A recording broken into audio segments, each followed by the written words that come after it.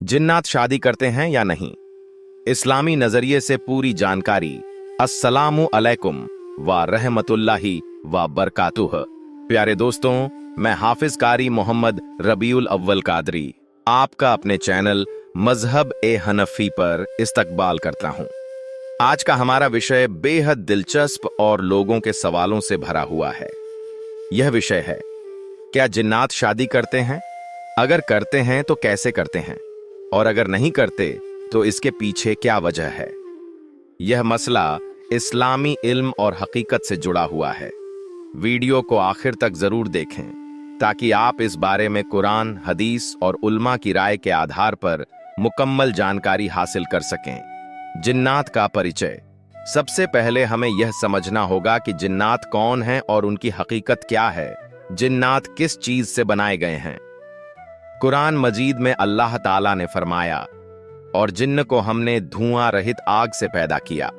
सूरह अर-रहमान यानी जिन्नात की तख्लीक, सृष्टि इंसानों से बिल्कुल अलग है। इंसान मिट्टी से बनाए गए हैं जबकि जिन्नात आग से। जिन्नात की खुसूसियत, जिन्नात इंसानों की तरह एक समझदार और जिम्मेदार मखलूक हैं। उनमें भी अच्छे और बुरे होते हैं। जिन्नात को भी इंसानों की तरह अल्लाह की इबादत का हुक्म दिया गया है, जैसा कि कुरान में अल्लाह ने फरमाया, और मैंने जिन्न और इंसान को केवल अपनी इबादत के लिए पैदा किया। जिन्नात की शादी। क्या जिन्नात आपस में शादी करते हैं? इस्लाम के मुताबिक जिन्नात में भी इंसानों की तरह मर्द और औरत होते हैं। कुरान मजीद में फरमाया गया, और हमने हर चीज को जोड़ों में पैदा किया। सूरह यासीन।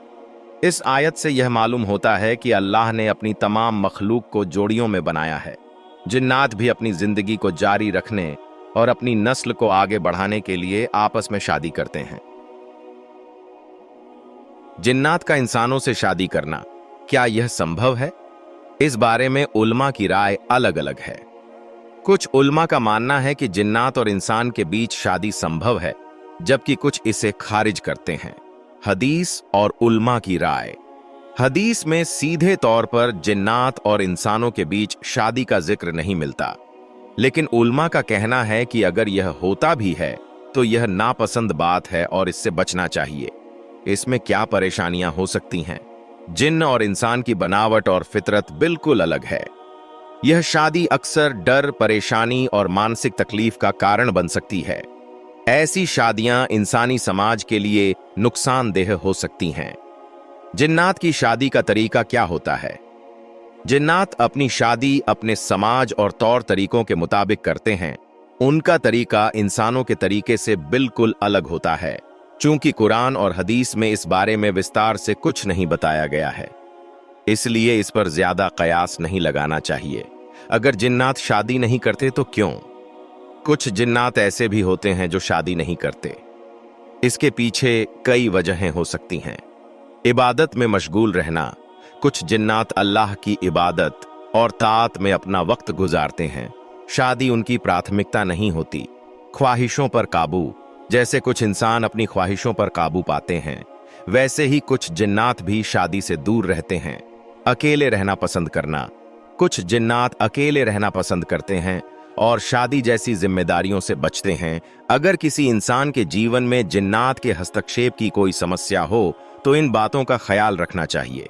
अल्लाह का जिक्र करें। हर काम की शुरुआत बिस्मिल्लाह से करें। जिन्नात अल्लाह के जिक्र से दूर रहते हैं। सूरह बकरा और आयतुल कुर्सी की तिलावत करें। यह आपके घर और जीवन को जिन्नात के असर से बचाने में मददगार है। सुबह और शाम की मुअज्जज दुआएं पढ़ते रहना जिन्नात के शर से हिफाजत करता है। अगर किसी पर जिन्नात का असर हो तो रूहानी इलाज के लिए किसी समझदार और सही अकीदे वाले आलिम या हाफिज से राब्ता करें। कि इस्लाम ने हमें सिखाया है कि इंसान और जिन्नात दोनों अल्लाह की इबादत के लिए बनाए गए हैं। जिन्नात की शादी और उनकी जिंदगी इंसानों से अलग होती है। हमें अपने अकीदे और इबादत को मजबूत रखना चाहिए और जिन्नात से जुड़ी बातों में उलझने से बचना चाहिए। अल्लाह पर भरोसा रखें और उसकी दी हुई शरीयत पर अमल करें। अगर आपको यह वीडियो पसंद आई हो तो इसे लाइक करें, शेयर करें, कमेंट करें और हमारे चैनल मजहब ए हनफी को सब्सक्राइब करें। अगली बार एक और दिलचस्प और इल्मी मुद्दे पर बात करेंगे। तब तक के लिए अस्सलामु अलैकुम व रहमतुल्लाहि व बरकातुह।